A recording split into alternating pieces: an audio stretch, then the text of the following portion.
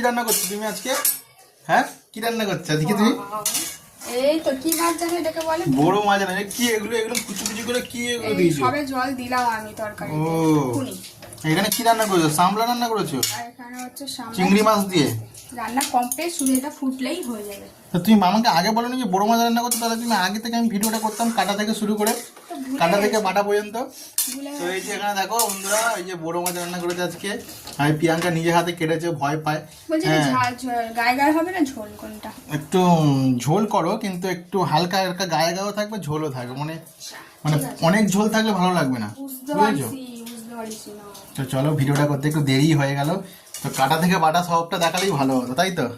Mistake মুখের সামনে ক্যামেরাটা নিয়ে গেছে, মিস্টেক হয়ে গেছে। ঠোঁটটাতে উর্ফি এর মতন হয়ে গেছে। কি উর্ফি ওর নাম? হ্যাঁ, ঠোঁট ফুলে গোবিন্দ হয়েছে, ওর মতন লাগছে। তো চলো ঠিক আছে।